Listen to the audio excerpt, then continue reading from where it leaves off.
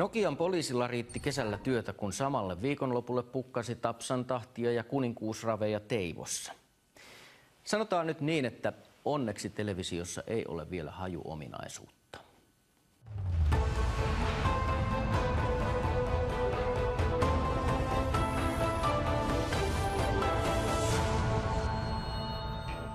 Heli Uljanov, nuorempi konstaapeli, kenttäjaksolla. Kyräläisen Jouni, Pirkanmaan poliisilaitoksesta vanhempi konstaapeli ja virkailija 12 vuotta. Vie mut Kylmänojalle takaisin.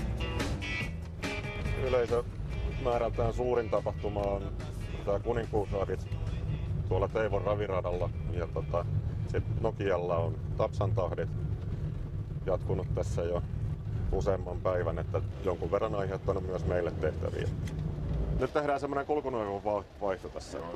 Mennään tuohon toiseen alukseen. Voitteko tarkastella?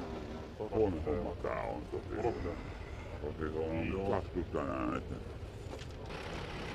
on se, että nostetaan vähän noin.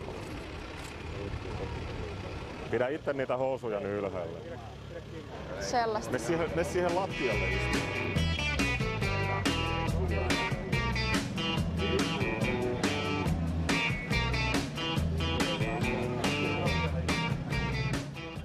Mä sanon, että on muutenkin tää ongelma. Aina mulla on näin siellä. Mä tiedän, että mulla on aina pakkoja.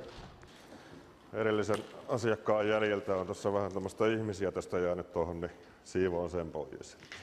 Poistaa epämiellyttävää hajua.